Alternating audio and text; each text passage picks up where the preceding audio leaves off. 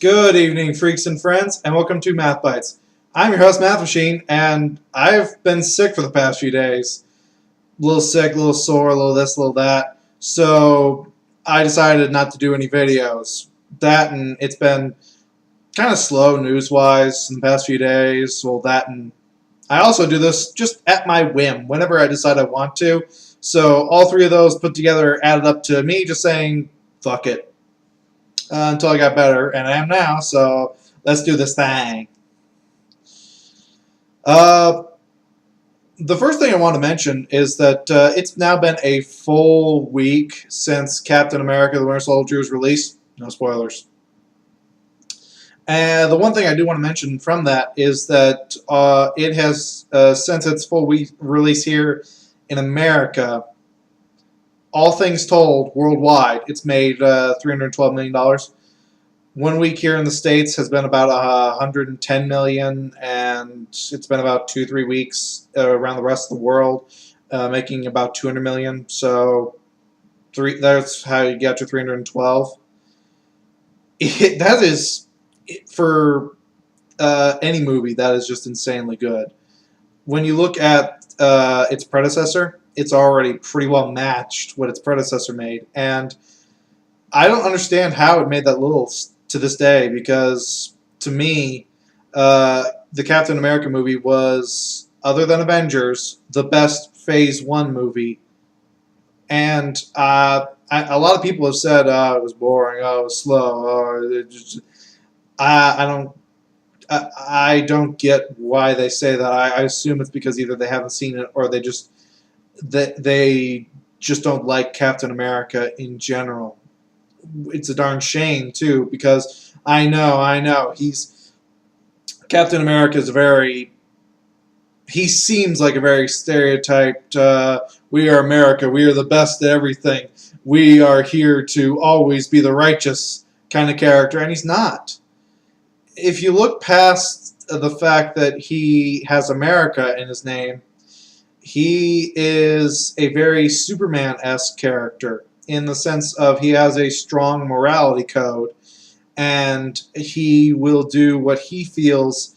He will obey the law, but he will also, and he follows authority, but he will also follow his own moral code and what he feels is right for people. And if he does not agree with that, he will go above his authority's head and try and do the right thing from his own point of view.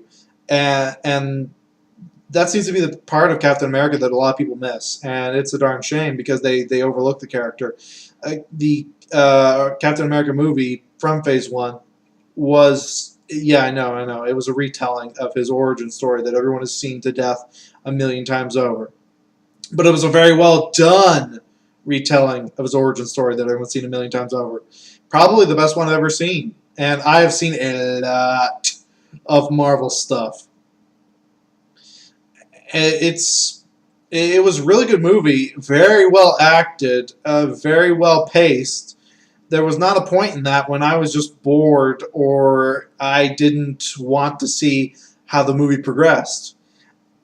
I think a lot of people just ignored it because it's Captain America. I know this story. Let me just wait till the next movie, which was a darn shame, because I still think it was the best one in Phase 1, like I said. And as it stands right now, other than Avengers, I think Winter Soldier is the best Marvel Studios movie to date.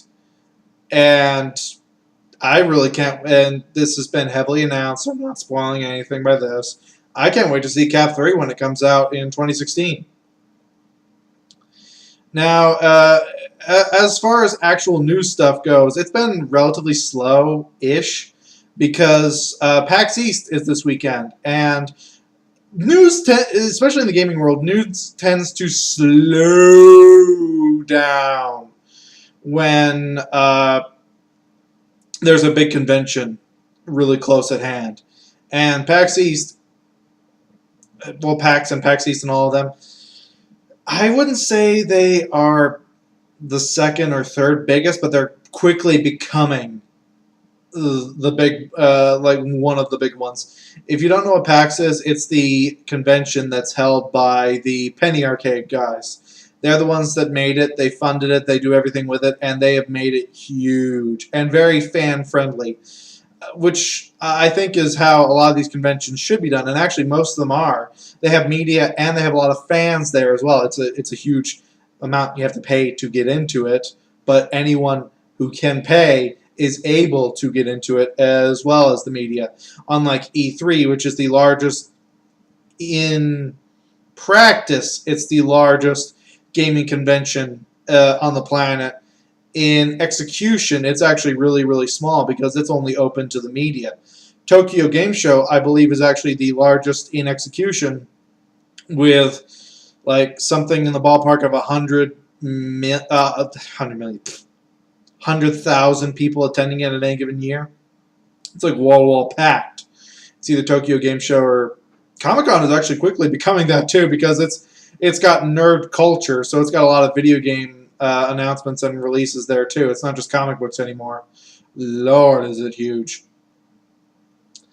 And I really hope that with how big PAX is becoming year after year, Tokyo Game Show and all these other things can actually make E3 realize that it needs to change its policies before it gets left behind. It's still the big dog, but it is year after year it's losing any sort of influence it had, and I think that it's going to drop pretty drastically in the next 5 years unless they change something up.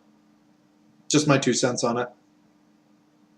As far as actual news goes, though, there were a couple of things. The first one is there was a mobile game, so you can probably just tune out now. But there was a mobile game called Little Thief and if you're a gamer, you probably already heard about this story. I'm gonna tell you my 2 cents on it anyway because that's what I'm here for.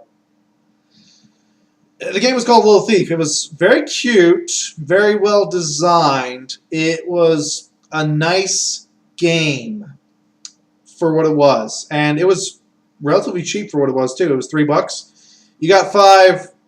They're called levels, and it's basically your typical 3-star Angry Birds. It did this style game, and that's the biggest one I can think of to use as an example. Your typical 3-star game, 1 star means you passed the level, 2-star means you did pretty well, 3-star means you did all the objectives in that mission. And there's a bunch of missions in each level. And there were 5 levels to this game for $2.99, and then there was just a 6th one that was just added in a recent update. You had to pay, and that was all fine and dandy. But then they went from a buy it model to a freemium model. And what that means is freemium is it's free to a point, and then you have to pay to either get the rest of it or to be able to get access further things, etc., things like that. How they did it was the first 3 levels, so right now there's 6, so the first half of the game is completely free. And then levels 4, 5, and 6 you have to buy individually, I might add. All things told, it makes it the game went from basically $5 to I'm sorry, it went from $3 to $5, which in and of itself I got no problem with. Now, if you want to change how you sell your game, that's completely fine. That's up to you. Have at it. The issue I have though is that the way that they did it is that they made everyone a freemium player. So if you bought the game in the first place, well, tough shit. You got to buy levels 4 and 5 again, even though you bought the game, and you should have those 2 levels. You'd think that would be illegal, wouldn't you? But no. I checked, and other than bait and switch as a general term thing, there's not really any laws against this on the mobile market. There might be bigger levels, but as far as mobile games are concerned, there isn't a law against this. And I know what a lot of you are thinking. Oh, well, it's just $3. It's just $3. That's just a pittance. Who cares? It's the fact that they did it. It's the principle of the matter that is the problem here. Now, $3 may not seem like a lot, but imagine if they get away with this.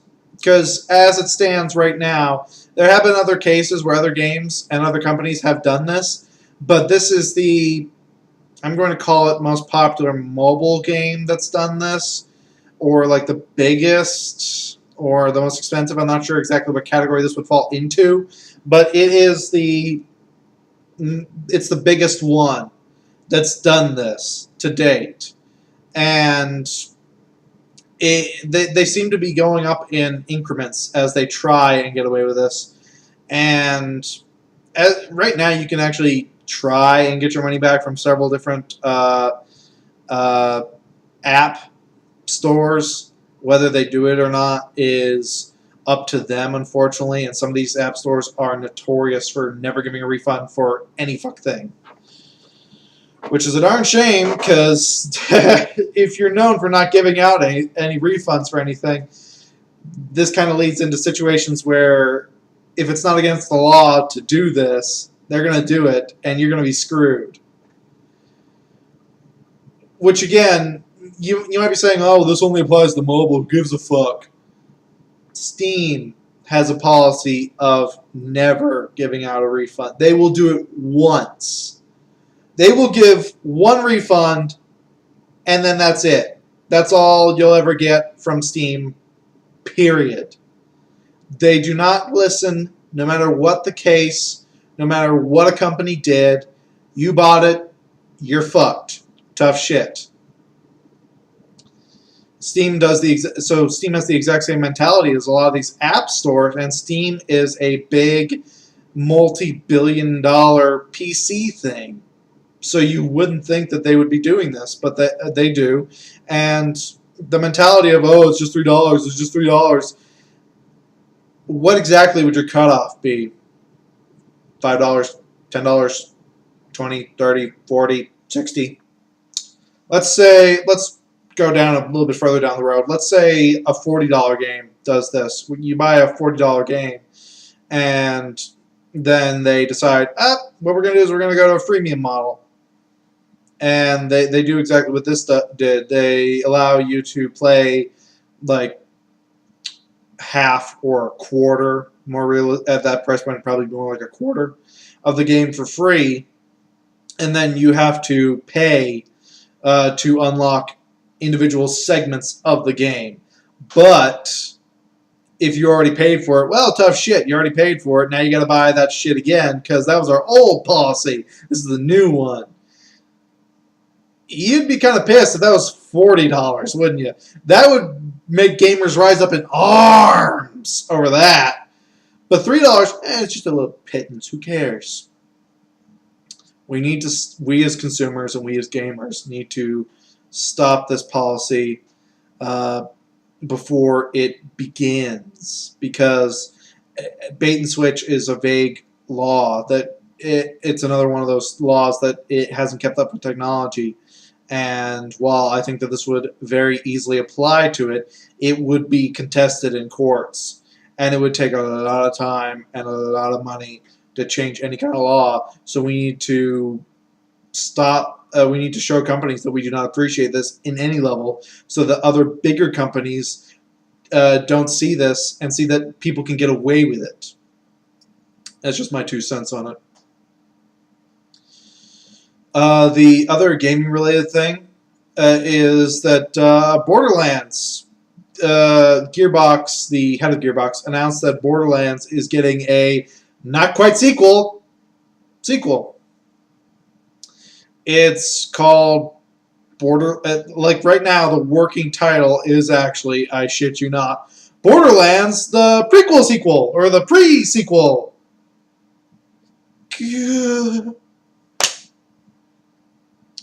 What it is it takes place between the time period of Borderlands 1 and Borderlands 2. It focuses on the villain of Borderlands 2 and how they rose up to become the villain and how they rose up in power and got to where they are at the beginning of Borderlands 2. You actually do play like the villains, henchmen, side characters, lieutenants, whatever you want to call them. Some of which were actually bosses in Borderlands 2. This is all before they were seen as evil, and this is how they rose up, which would be pretty cool in and of itself. Don't get me wrong, but this is not going to be a next-gen game. This is not going to be anything new. They pretty well said this is going to be more of the same from Borderlands 2. So if you're expecting something newer, tough shit. And B, this is not going to be made by Gearbox themselves. This is going to be made by 2K Australia, who helped make Bioshock Infinite. Bioshock Infinite, really good story game. Mechanically, kind of middle of the road to subpar. I'll leave that one for another time. Now, I've seen a couple of other games like this in recent years. The big one that comes to mind is Batman Arkham Origin. It was a prequel. It was made by a different studio, and it was horrible.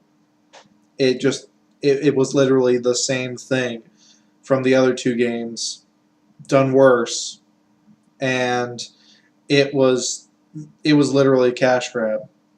It wasn't horrible in the sense of it was a bad game. It was a pretty mediocre game. It was horrible when you compare it to the first two games, and then the company that they handed it off to went on record to say that they knew that they said this about a month ago at most.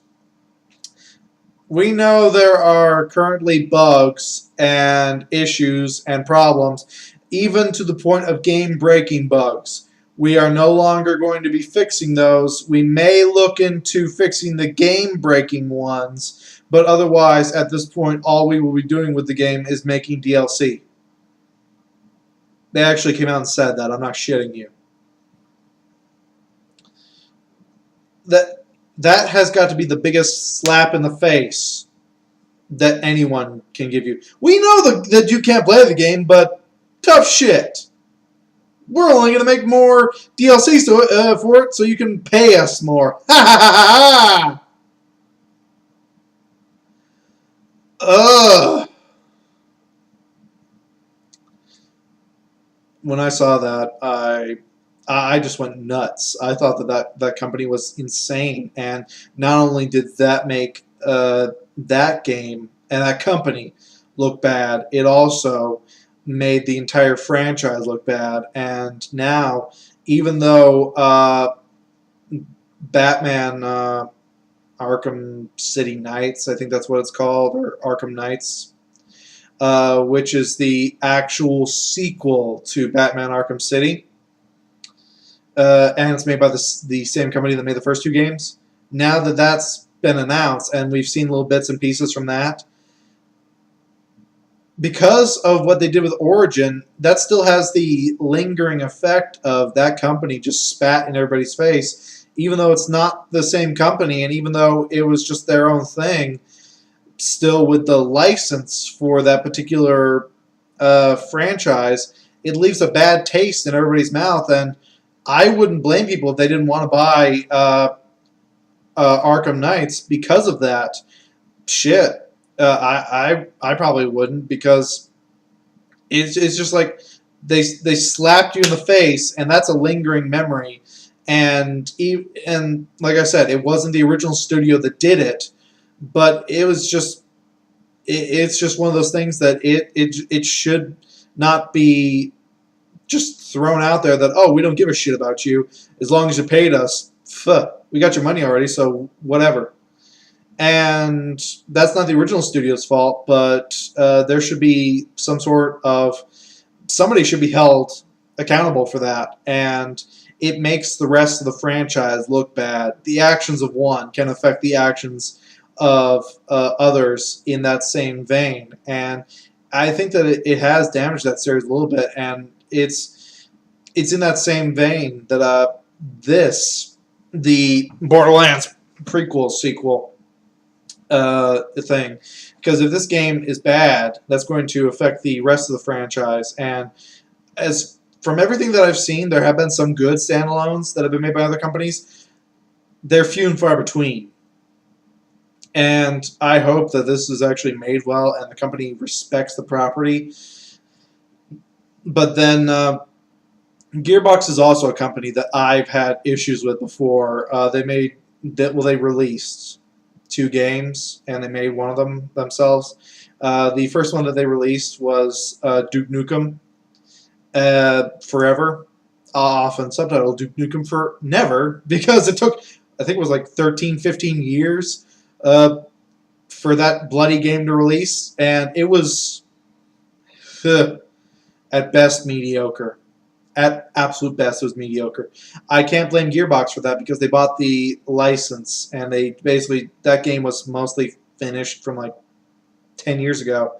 It just kept getting updated and updated and updated with every studio that bought it, and it kept getting worse. It went through like 10 different hands. So they just threw it out the door. They tried to fix up what they could, and they threw it out the door.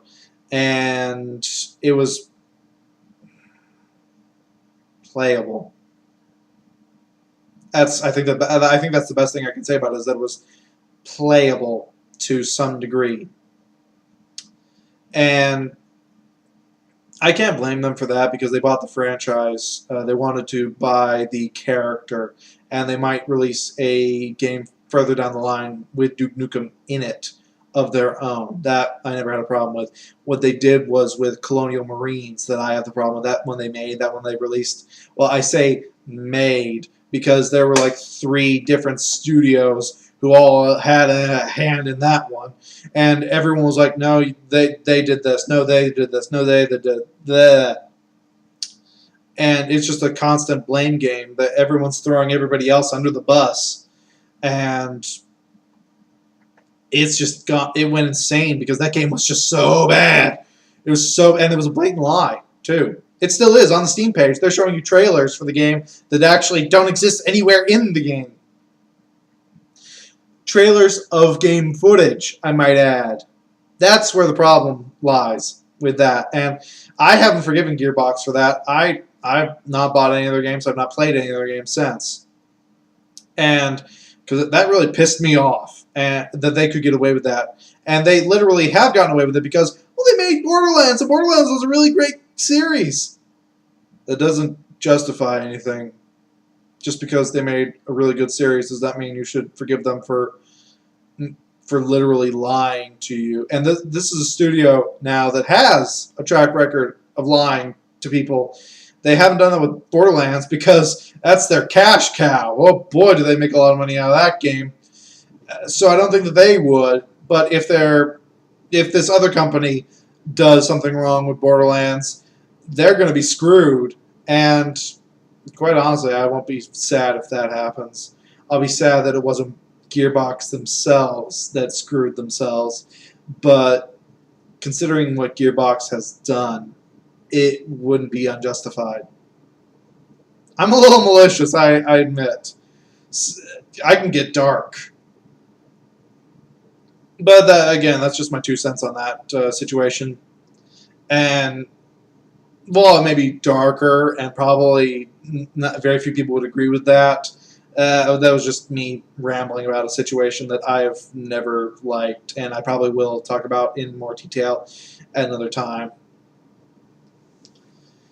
Oh, and one last thing. This is a small bit of news. Apparently, it's been announced that Stephen Colbert will be taking over for David Letterman when Letterman retires in 2015, which a lot of people are saying is really, really awesome because Stephen Colbert is a great comedian, and they would love to see him in the Late Show. I do agree with that point, but it also really kind of saddens me because I love the Colbert Report, and he wouldn't be doing that anymore. He would be. I don't think that he would even be keeping up with his Steven persona. I think that it would just go back to Steven the guy, not Steven the character at that point. Which is a darn shame because I really liked the show and I really liked the character, and I wouldn't want to see either of them go, one or the other. Without the Colbert Report show itself, it just wouldn't feel the same. I know that he would get an hour show, and I know that it would be a basic channel, so he'd have a wider audience. And I congratulate Steven on this. This is something that a lot of comedians strive for, and this is really, really big for him. And kudos to you, buddy. This is something that I wish you the best in. I just am sad that it's happened in the regard of I'm going to miss your show, and I'm going to miss seeing you in your show. But to Steven, all the best, my friend. Anyway, this has been Math Machine, rambling for nearly half an hour about a lot of nonsense, saying, peace out.